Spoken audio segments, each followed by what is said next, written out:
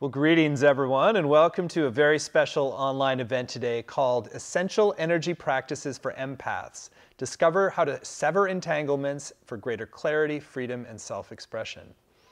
My name is Stephen Dyna. I'm the founder and president of the Shift Network, and I'm delighted to be with you here today, getting to introduce you into this amazing, transformational healer, psychic, pioneer of consciousness. Her name is Desda Zuckerman, and she's really spent decades at the frontiers of investigating our subtle energy anatomy, or sacred anatomy as she calls it, and how that can really be optimized for human flourishing. And there's a lot of potential benefits for empaths, for everyday people, and we're going to really focus today on particular energy practices that empaths need. So Desda has been doing this work. She originally was a rock star, and then she transitioned into being a teacher of this work and a healer for thousands of people. And we're really blessed to be bringing her out now to a wider Shift audience. And so Desda, thank you so much for joining us. Well, hi, it's great to be here. I'm so thrilled to have the opportunity to share with this wonderful gathering of people. Yes. I love the Shift Network. Oh.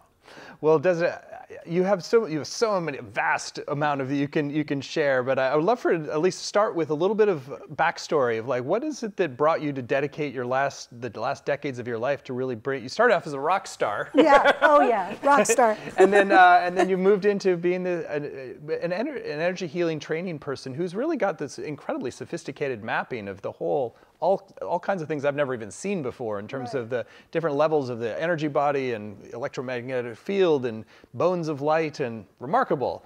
And so what put you on this path and to doing this work? And the thing that really got me started on this was that I got really sick. And I wasn't really a person who thought that energy was useless or didn't matter. I mean, I knew that it was important, and I knew that I needed to know more about it.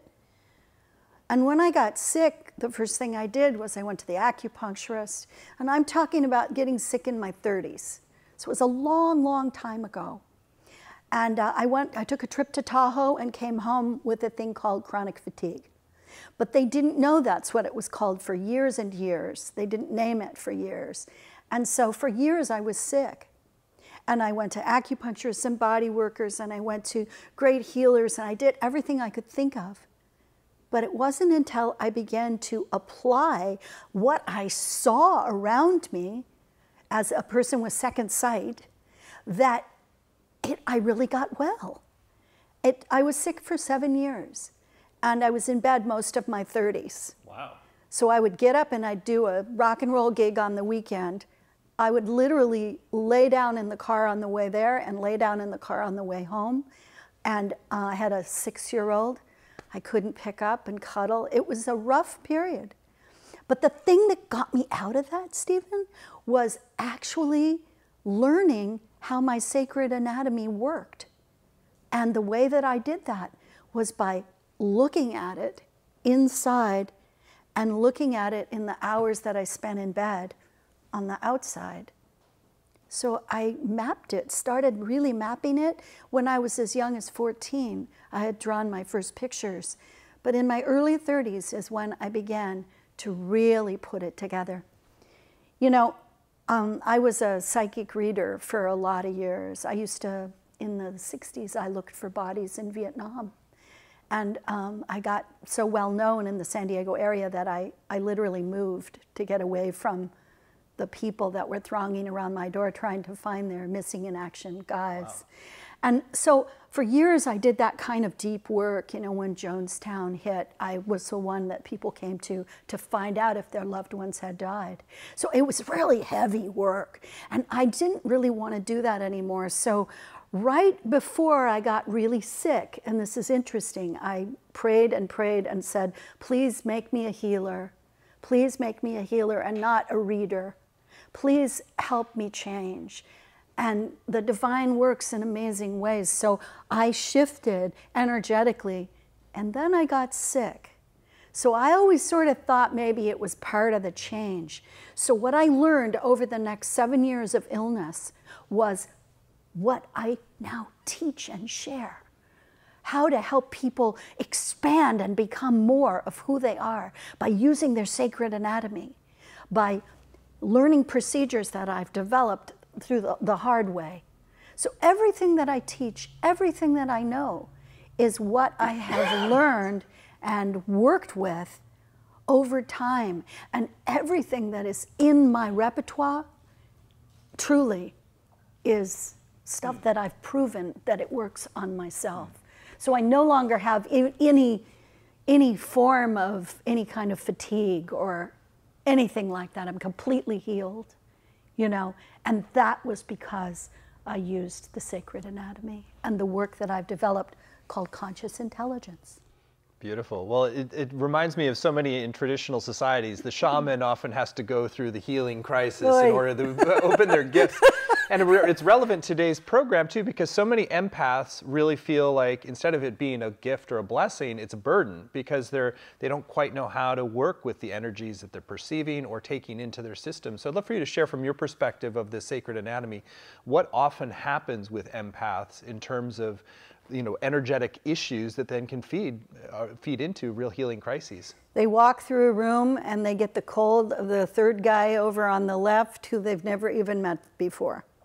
They, empaths and sensitives, and I actually call them hypersensitives, have an experience of vulnerability that is beyond what most people experience. Someone yells at someone and they enter the room afterward when those people are gone, they can feel the intensity and they sometimes will pick up the anger and they don't know why. So I have developed over, really 40, close to 50 years that I've been doing this kind of stuff. I've developed these clues and tips and ideas about how to function in the world as a sensitive. And it's the thing that I teach that I've really focused my whole life on. But I had to learn how to be my most authentic self. And so I went through my own healing for 25 years before I even considered contemplating teaching. And then another 6 or 7 years of continued work. And then the work just evolved rapidly. So I began actually doing this in 1998. And the truth of the matter is that even then I was still so sensitive that the cell phones were driving me crazy and all that, the energy from the big microwave towers were making it a terrible experience for me to live. And I would interact with people at the grocery store and I'd come home and I'd have to help myself get better. And that's what I'm going to show you how to do today. How to go to the grocery store and come home and not bring the entire store and all of the people in it with you. So one of the things I think is really unique and amazing about your work is this whole sacred anatomy and being able to see many different levels of our bodies, and it's fascinating, the system you've developed. And I know we don't have time to go into all of that, but it might be good to just give a little snapshot of what do you see happening in the subtle bodies of empaths when they haven't learned these practices? Oh, I love this question. This is awesome. Yes, so what I see is a desire to control the world. Because most empaths are doing two things. They're using their electromagnetic field to keep other people away or to make people be different so that they're not wounded and hurt by them. That's one. And the other thing they're doing is the thing I call churning, which is, oh my goodness, bringing everything in the entire room through their own structure, through their own energy body, and using their chakras to purify other people's energy, using their elimination system to release the debris, using their layers, which are basically what tell the story of our lives. Our structure remembers everything we've gone through. And so they use their own story, they take their own story to repair the world. Empaths are the canaries in the coal mine. We can no longer, as a human species, behave in this way. We absolutely have to learn who we truly are. Mm-hmm. We are much more than we think we are. And we are in a process of serious evolution right now. It's really escalated recently. And what I want to invite everyone who's watching this video is just to take a few moments every day to develop a spiritual practice of some kind. Really take the understanding to heart that your own spacious quality in your internal self is going to be your sanctuary. That's going to help you get through. And everything I can teach you relies on that. So it's interesting, circling back, so there's like two most common things with empaths is really this extension of your energy to influence the world, and then you're taking other energy in to metabolize it, sort of in a sacrificial way, kind of a martyring way. Giant martyr thing. And a lot of people, you know, who do that go into healing work, and they're even a bigger martyr, you know. So the truth of the matter is nobody needs to martyr. It's not necessary. It may have been necessary in a tribal situation, you know, when there were 50 people in the tribe, and we didn't live to be more than 30, women especially. So, you know, maybe you could afford to take on the entire tribe. But just think of it this way. When you walk down the street in San Francisco, you see more people in 10 minutes of walking down the busy street than you might have seen in your entire lifetime, you know, 300 years ago, 500 years ago, and not to mention 10,000 years ago. That's a great point. So it's 10 times or 100 times harder to be an empath in the modern world now than it was in tribal societies. You better believe it. And part of the reason that people are empaths is because they're very tribal. We are a tribal, you know, being. Humans are tribal. And empaths are more tribal than most. Like, empaths look for sanghas or temples or churches or places where they can belong. And they're desperately seeking the opportunity to just be with other people. But when they're there, the politics of the thing drive them crazy, or the inequity of situations make them too sensitive, and on and on. It's like that. It's hard for empaths to be in the world. It's hard for them to be in relationship with others. So that's why these energy practices are so essential, because without them, the empathy is always going to be a burden, or it's going to lead to the martyring complex, or it's going to lead to like overwhelm, versus being able to manage your energy system in a different way. Yeah, and the other thing is that empaths are sick all the time. You know, they you know, it's a kind of thing where they work 3 days and have to stay home for 2. You know, if you've really had a problem with absenteeism at work, you know that your boss doesn't like it. And you can't stop being who you are. If you're an empathic person, half of your decisions in the day are made by what feels right, what you sensed, what you knew, what came up for you. That's how you function. So if you're in a work situation that's kind of normal, like a cubicle or something, you actually can't do that because there's too much input, there's too much stimulus. So I've developed lots and lots and lots and lots of practices because, you know, the thousands of sessions that I've done and hundreds of people that I've taught, they come to me because I know that, because I know how to help them. And they go into the world feeling more like who they truly are. Beautiful. Well, I think this is a perfect moment for you to introduce a little bit of this practices. I know we're going to have a chance to go much deeper in your upcoming program, which we're very excited about. We'll share a little bit more about that towards the end of this time.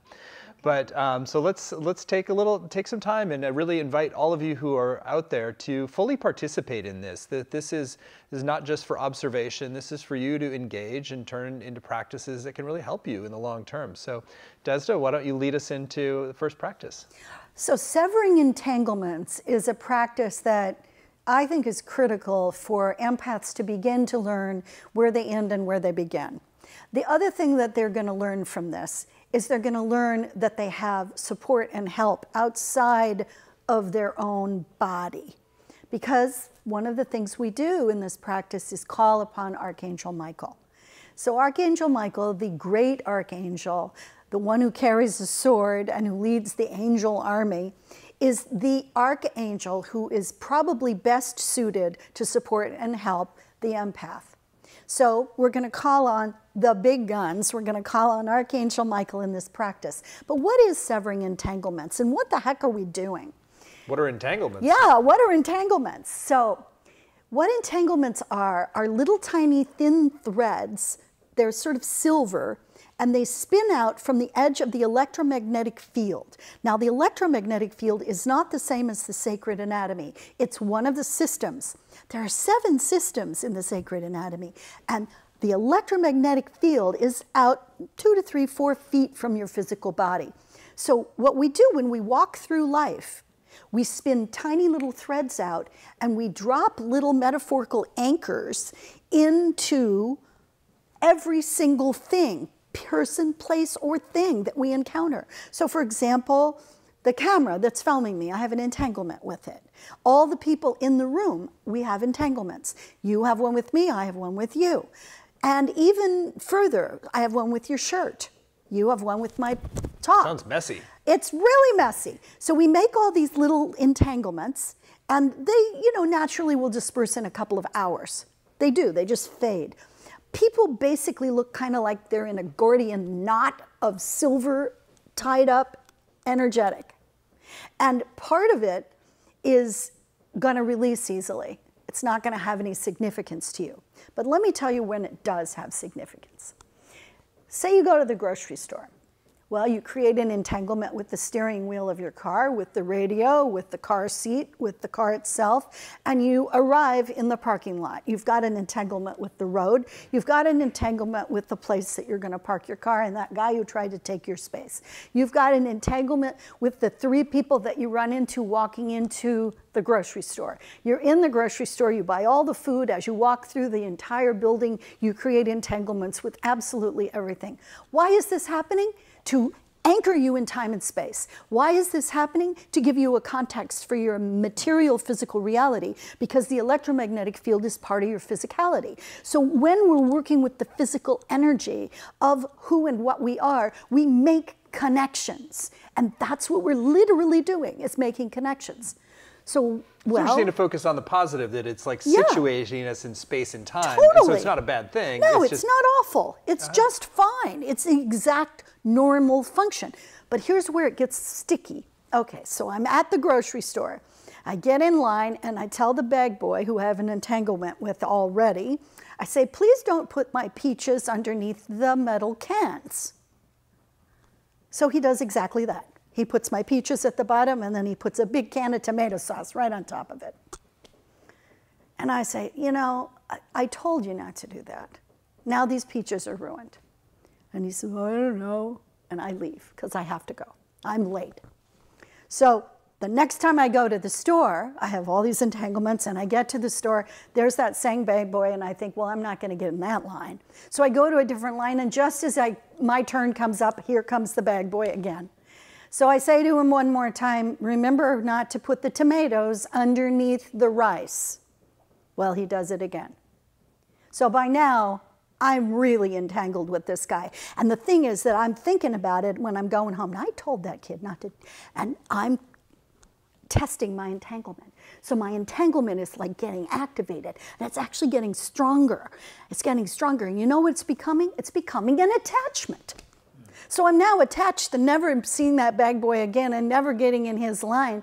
And every time I come in, I'm a little activated. I don't want to get in that line, and I don't really want to go to that store. You see what I mean? So, I figured out a way to head this off at the pass. We sever entanglements. So we use Archangel Michael's sword, and we literally cut the entanglements that we're experiencing. Here's what you get from doing that. Freedom. I mean it, freedom. You feel better, you feel more alive, you feel like, oh my gosh, I'm not so bogged down, I don't know really why.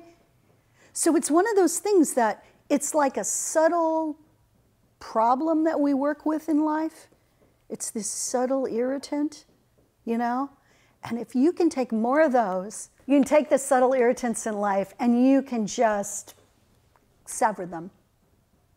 Life is better. Life is easier. Beautiful. Well, let's learn how to do it. Yeah. All right, now we're ready to do severing entanglements. So the very first thing we're going to ask you to do is stand up. Everybody stand up. And now let's shake off. Let's just shake it out. Because the truth of the matter is, we can probably use it to do this more than once a day, right? All right. So as I go, I'm going to say things, and then I'm going to want you to repeat them, because you are going to absolutely stimulate and enthrall your energy structure. He or she is going to be very happy to respond. So lift your hand up and say, Archangel Michael, please lend me your sword. And wait for it to land in your hand there. Bring it down when you feel it.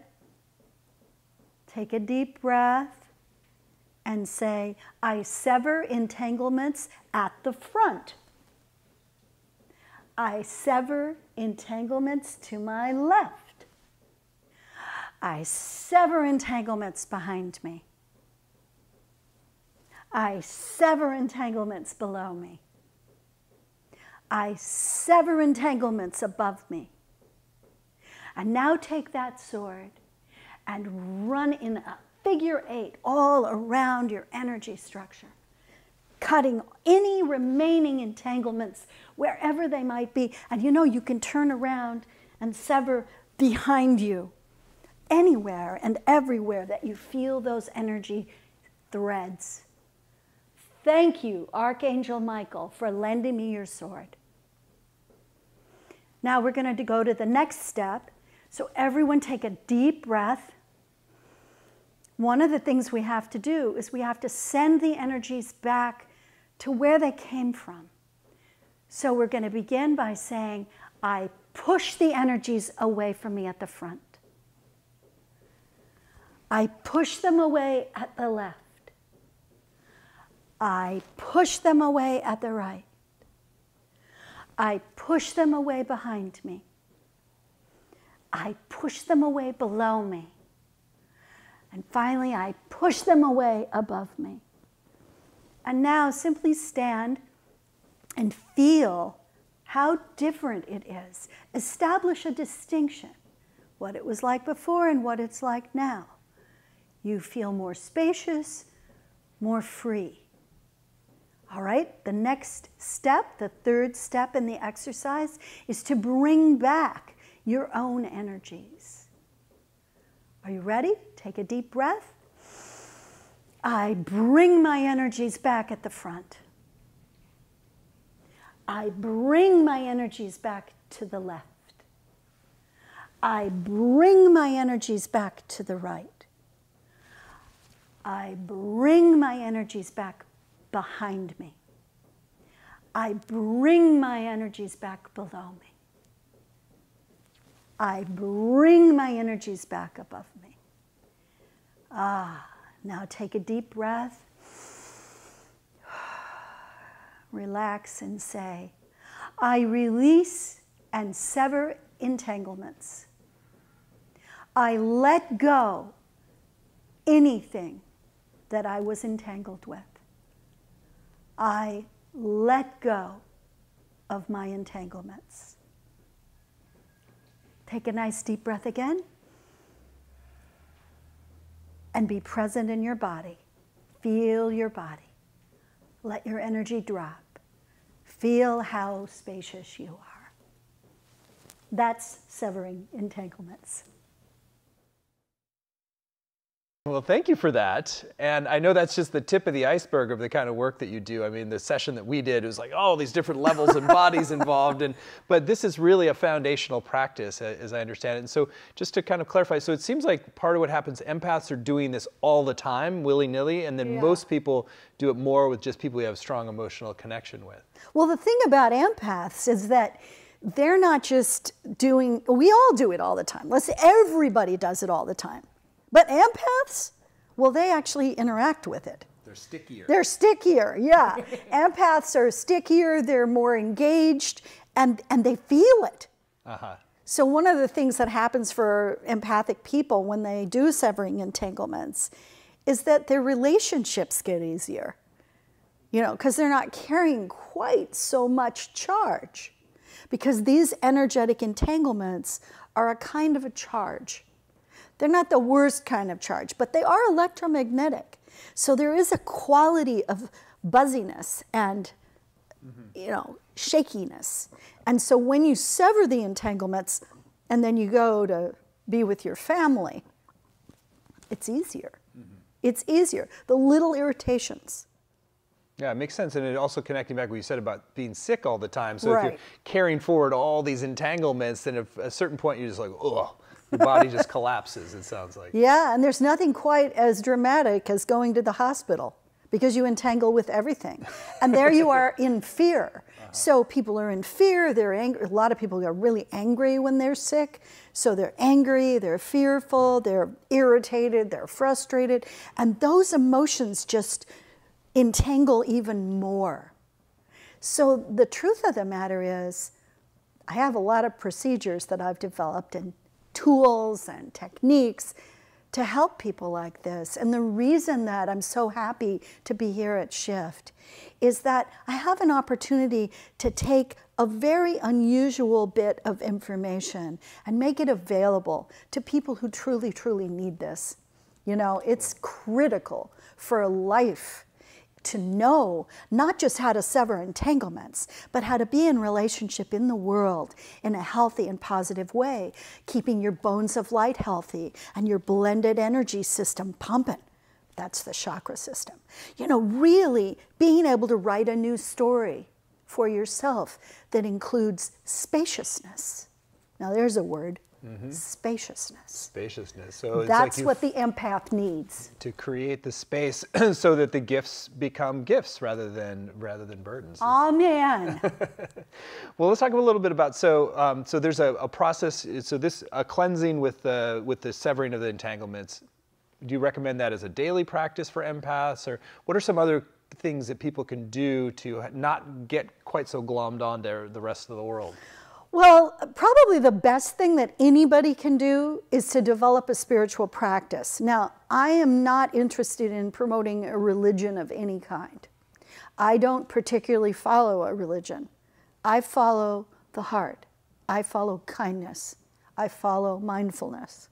So what I'm interested in suggesting to people is the spaciousness that being quiet and listening to your inner truth, to the space of that, gives you every day. 5 minutes a day, that's all you need. You just need 5 minutes a day. Now, empathic people probably need more than that because they're very sensitive and they need to have a little more space. So number one, line of defense, spaciousness is the key. Spiritual practice gives that to you. Number two, things like severing entanglements. This will, in fact, teach you how to begin to be discerning about what you're being with in the world. And discernment is a critical thing for empathic people, anyone who's sensitive. In fact, anyone who teaches or who heals, we need to have discernment. Discernment gives us a distinction between ourselves and others, but not just that, what is actually happening. We have to learn what is actually happening. And that's what I've spent so many hours and days and weeks figuring out, is what is happening. I'm curious for you to speak a little bit something in our session. You were activating the elimination system, which was very interesting to think about. There's a subtle elimination system. There is, and that particularly that's going to get more backed up and clotted with stuff in an empath. So share just a little touch about like what is it that you do to kind of cleanse out the backlog as well that gets stuck in your field? Well, the elimination system is a complex, very complex system, and it consists of 5 horizontal wheels from the top of the structure, which is, by the way, about 50 feet tall. So it's big.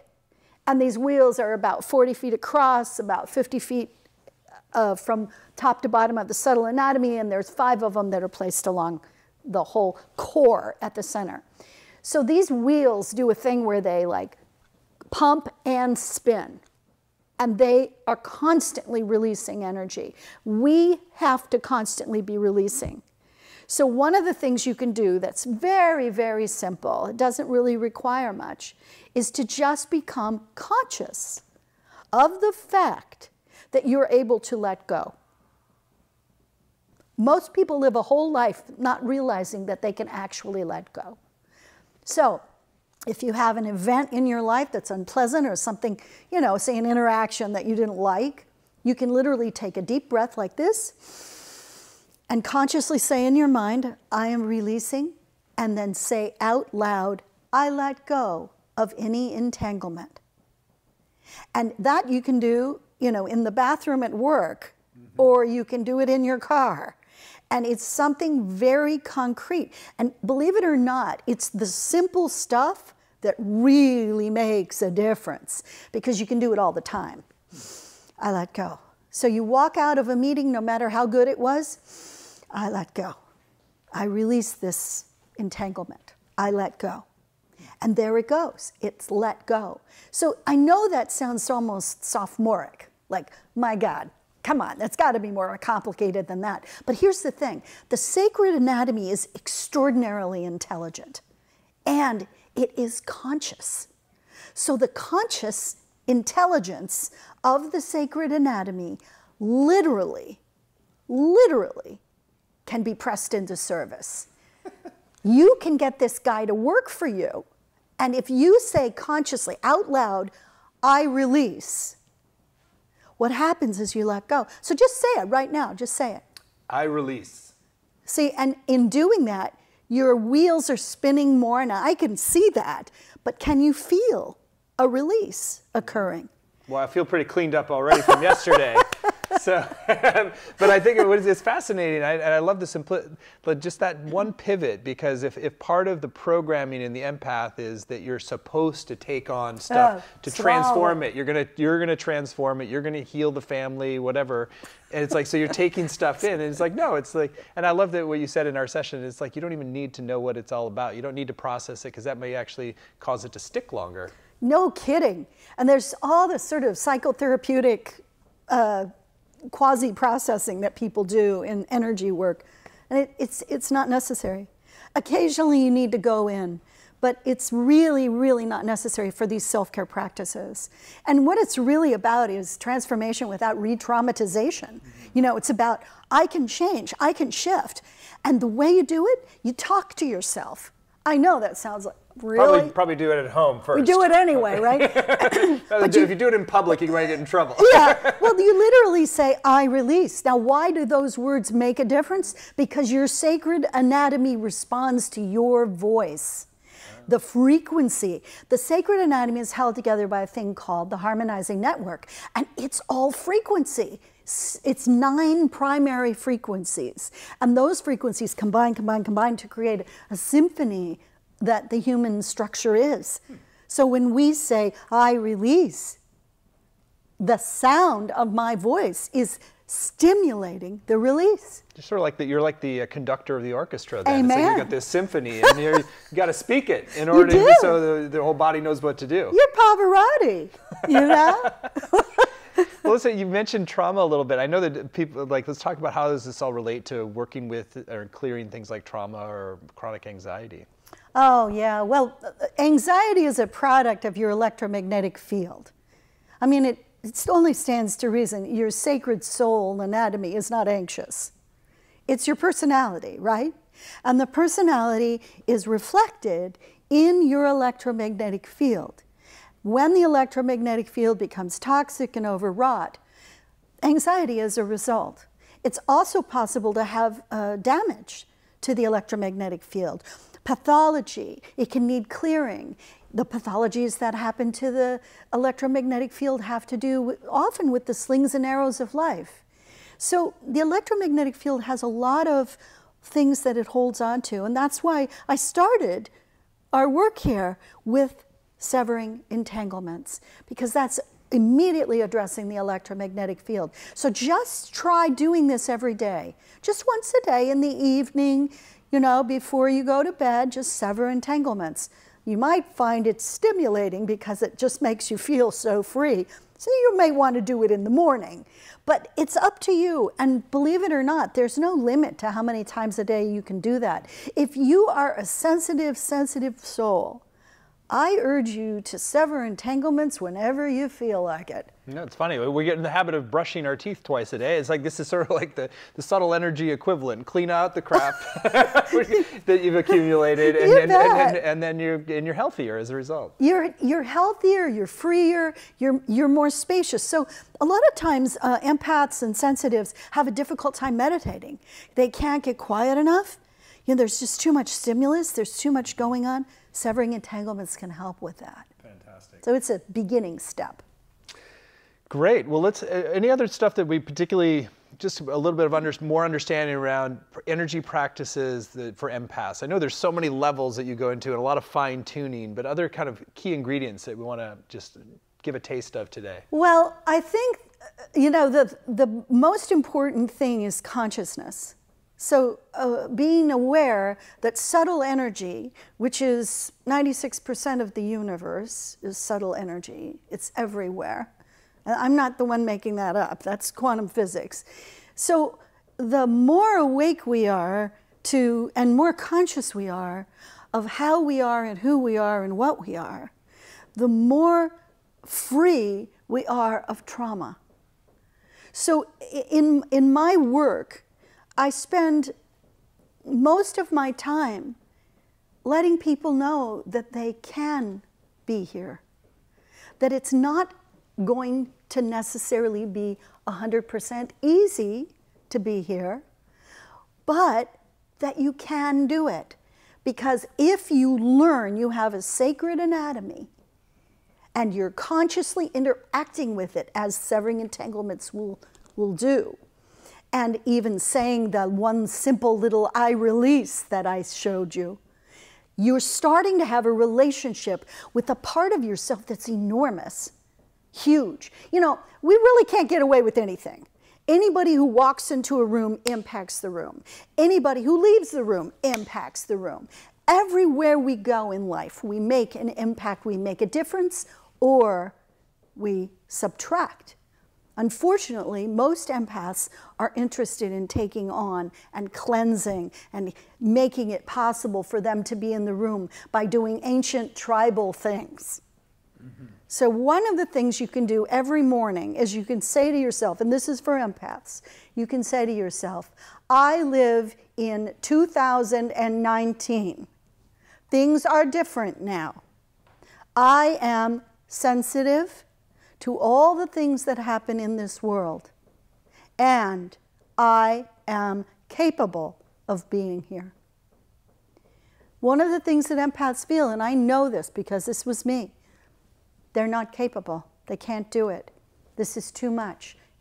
And I know you've probably said this yourself. I can't do it. It's too much. It's overloading. So if you can flip that with just a simple affirmation, you're stimulating your structure, you're knowing who you are, and you're starting on a path of consciousness that is actually interactive and relational with the universe. Fascinating. Really great. This is why it makes I love this. It's like there's so many layers of what you're sharing. And one thing that I was struck by in the session also is that each thing that you're releasing, it's helpful to see what was the kind of the lesson in that before you fully let it go. It's sort of like, oh, just what was the benefit of it? What was the challenge? And then just boom. You don't need to go deep into the story of it, but it's just like, okay, chronicling, and then you can let it go. And then that also increases the metabolism of all of this old stuff as well. Well, it's kind of like understanding what your shoulders do for your body. Uh-huh. You know, your shoulders hold your entire torso up, and they are the base of the arms. So movement in the world requires shoulders. Mm-hmm. And you carry your burdens here, right? So when you have shoulder problems, you want to think in terms of, what are the burdens that I'm carrying? And how can I start laying these burdens down? It's the same with the sacred anatomy. So for example, the electromagnetic field that we're talking about, your electromagnetic field collects energetic signatures of emotion. So for example, really being angry. You think you've released it? No, it's sitting there like a little lump of energy. And you keep revisiting that anger through the day. and you're noticing, I'm still angry, I'm really angry. And then you start making a story up about that anger, and your little signature gets bigger and bigger. So signatures are just like when you sign your name, that's like a significator of who I am. This is a significator of the emotional impact of an event or a thing. Now, we could really get into it, and we could talk about, you know, get the tiny violins out, and we can talk about how horrible and, oh, I'm so angry. But how much better it is to actually say, this is my anger, I'm identifying it, I'm compressing it, I'm making it into a very small little ball, I'm putting all of my anger in there, all of my anger, going in their anger, go in their anger, I feel my anger. Thank you, anger, for what you have given me. Thank you for the gift you have given me.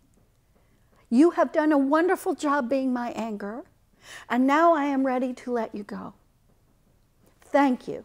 And you take a deep breath, and you lift your anger up, and clap your hands, and say, I'm done. And guess what? You feel better. So you can do that with any emotion. It's fascinating. Connecting back to what we were saying, that you're the conductor of your subtle anatomy and sacred anatomy, and that's when you do these things, it's like you're actually activating processes in your all the different layers of your energy body. Really fascinating. Yeah. Well, I know there's so many different rabbit holes we could go down with you. Yeah. And part of why we're excited is that people are going to have a chance to really dive in with this material and really experience the profound shifts and healings and openings.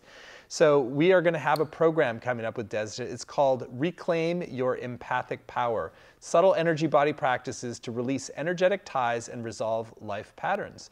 So we've gotten a little taste here today, but this is going to be a much deeper dive, a lot of different practices, and also drawing with a deeper understanding of these subtle energy systems that really allow people to have a whole new perspective on what's going on, why we might be held back. And I mean, first of all, it's just fascinating just what you've discovered. It's like bones of light. And it's like, I'm just amazed because I get exposed to stuff from all over the world. Oh, yeah. I've trained with intuitives and healers, and your body work is really leading edge. It's really unique, and it feels, I've experienced the benefit myself. It's really, she's working at a very deep level of reality. And so it's revelatory, and it's practical and beneficial. So you can find this course with a lot of detail at yourempathicpower.com. That's yourempathicpower.com.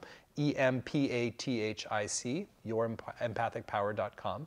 It's going to be a 7-week program, and it's going to really lay the foundations for how do you make this shift from being an empath who's overwhelmed or burdened with your empathy to somebody who's really blessed with it and be able to metabolize, cut the entanglements, metabolize the energy, be aligned, and have the spaciousness to really thrive. So love for you to share about it in your own words, what you're going to be sharing, and then give us a little tour of some of the modules, what you'll be teaching. Oh, I'm really excited to tell you about it. And I also want to say that this class is appropriate for people who are not empaths too. So get your husband to come, get your wife to come, get your kids to come. This is a class that can actually help anybody. So the empath is the one who needs so much. Most motivated. Most motivated. So absolutely, we know that. So the first part of the work that we're going to be doing is we're going to learn what some of your core issues are. And we're going to focus on one of 3 areas. People are going to get to choose a major core issue, and then they're going to work with this core issue through the entire 7 weeks. They're going to approach that core issue from 3 different subtle systems. Wow. Cool. Yeah. So in the Bones of Light, we're going to deal with a thing called an obscuration.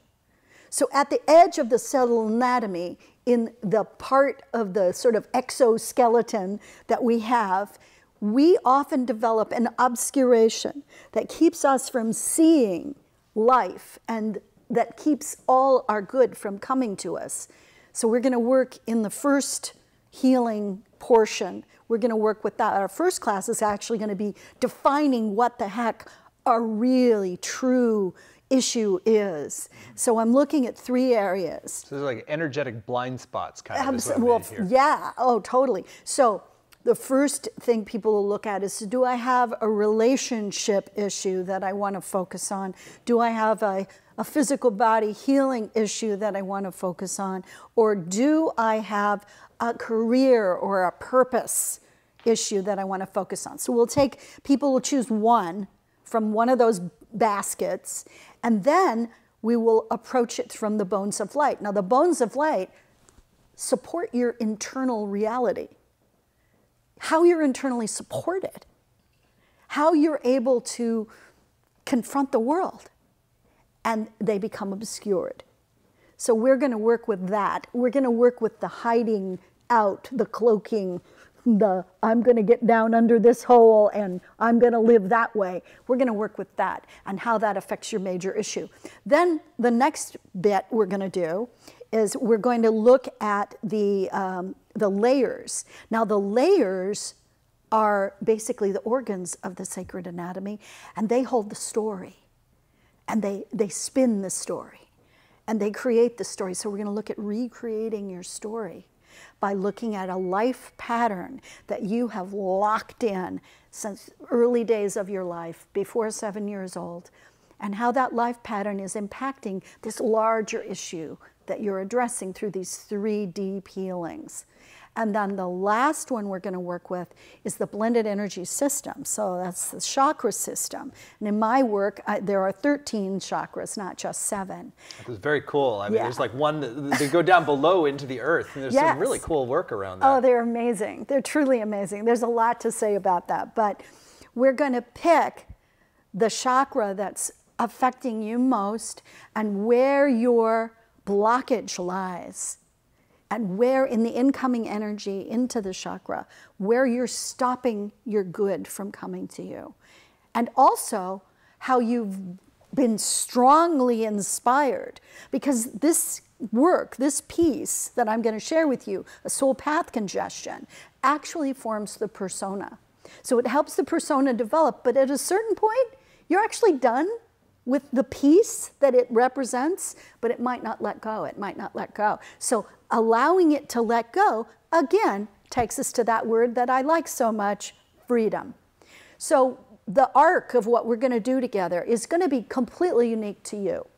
Each of you is going to have your own unique experience, because subtle energy work is not, it's not a cookie cutter. It's a unique and individual thing, just as much as each person is like that. So the arc of what we're doing is we're introducing the concept of the healing. We're taking you through this extraordinary journey, and you're going from inner support to the story of who you are and what you are, to what powers you, what makes it happen. And then the last class, I'm going to teach a daily practice. So I'm going to teach a series of subtle, helping self-care techniques. So we're going to have a whole 90 minutes to learn this. And there's going to be a lot of jumping around. That's where you bring out the rock and roll again. Yeah. There might even It's all be about music. Multiple levels of freedom. Well, it sounds like it's an amazing program, and I know you're a real deal teacher, and we're so blessed to be bringing out your work. So again, you can find all the details at Your Empathic Power, EMPATHIC power.com. I'll share a little bit more about it. So there's 7 90-minute modules, which includes the live time with Desda, and you can ask your questions. Also, you get the video recordings, you get audio recordings, you get full PDF transcripts. There's a Facebook community. There's a lot of practices you can do at home. It's really a 7-week journey together with a global community. And we know that this is going to attract a lot of very advanced, serious seekers and empaths and healers and a lot of cool, interesting cats. So you're in for a real treat when you join this. So the program's going to begin on March 20th. It's going to run on Wednesdays at noon Pacific time. Even if you can't make the live time, you can still get the full value because we get the recordings up right away. You can participate in the group. You can ask questions in the Facebook community and really do all the practices as well. So there's a real power in going through as a community together. There's a group field that gets created. I'm sure you'll have things to say about that. And I also just want to point out that there's a lot of extra bonuses to enhance your learning and healing and opening. So there's an audio from Desda's book called her book called Your Sacred Anatomy, which is really a must read, and it's just revelatory in terms of the imagery and there's just depiction of these different levels of our bodies. And so that's a special reading from Desda. We also have a PDF teaching from her on the Insights Meditation Journal. There's a video teaching, Correct and Ethical Way to Benefit from Affirmations, which we did a little bit of here today, but essentially like stepping into the driver's seat with your energy fields and bodies, so you're sort of affirming what it is, the reality you're creating.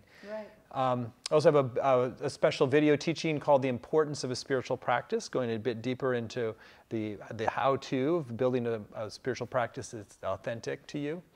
And we also have a special bonus which is available only today, if that were not enough. There's one called The 3 Dimensions of the Rainbow Cloak, which I just love the title of that. So this we like to do this we like to offer a special bonus for the first day when we go live with a new program, so that you're encouraged to go to YourEmpathicPower.com, YourEmpathicPower.com, and make a decision today. It's in your best interest to tune in and see if this is the right next step for you. Then you get an extra bonus for doing so. So you want to share a little bit more about that special bonus that people get today only? I do. So the rainbow light is, if you just look up in the sky and on a rainy day and you see the rainbow, you're amazed. We're all amazed. We love rainbows. So this is a practice that I developed to really give sort of a feeling of stamina and also a kind of ability to discern the difference between who I am and who everyone else is. So we bring in this beautiful rainbow light and we allow the people to have an experience of their own empowerment, and then also have an experience of what it feels like to be distinct and different from what they're, with this rainbow swirling around you, what this shows you about me and you, the difference between us. And then the third dimensional truth is that you can ask these colors to heal you. So there's so much that we can learn from the rainbow light. Cool. Well, that's an amazing extra bonus for anyone who signs up today by midnight. So I encourage you to go to the page at YourEmpathicPower.com. We've kept this whole program very accessible. It's just 3 payments of $109, or you save about 10% when you pay in full with $297. So it's a lot of value, and you think about just the freedom from so many of the burdens that are associated with taking on other people's energy and being all entangled with the world and just feeling the spaciousness. That alone is worth it. Plus you get to learn a whole lot about the sacred anatomy that is really fascinating and frankly mind-blowing, and then you're not going to find anywhere else. So Desda, you're super fun to be with, and you're very generous with your time and presence, and I love that you're just very real as well. You're super real. So I know people are going to be blessed to do this journey with you. So I've loved this hour together, and I just invite you, anything that's still on your heart, speak directly to folks who are considering joining you for the 7-week journey and what they can expect. So for years and years, I have developed a healing modality, conscious intelligence, that uses the sacred anatomy. And I've benefited from the work myself personally, but so have thousands of people all over the world. And I invite you to experience what it actually means to have a sacred anatomy that you're in relationship with, that is waiting for you. Every moment of every day, our sacred anatomy is hoping that we'll make a connection with it. So do it. Have fun. Come and join me, because one of the best things about this class that we're going to offer is that you're going to leave this class feeling better about everything, about your life and about your big issues. So please come. Help lay that burden down, because we all need to get together and collectively lay down our burdens so that we can lift the frequency of the human species. Beautiful. Well, thank you for that heartfelt invitation. Thank you all for joining us. You're warmly welcome into Reclaim Your Empathic Power. And again, you can do so at yourempathicpower.com. Look forward to seeing many of you in the program. And thank you so much, Desna. It was great, Stephen. Thank you.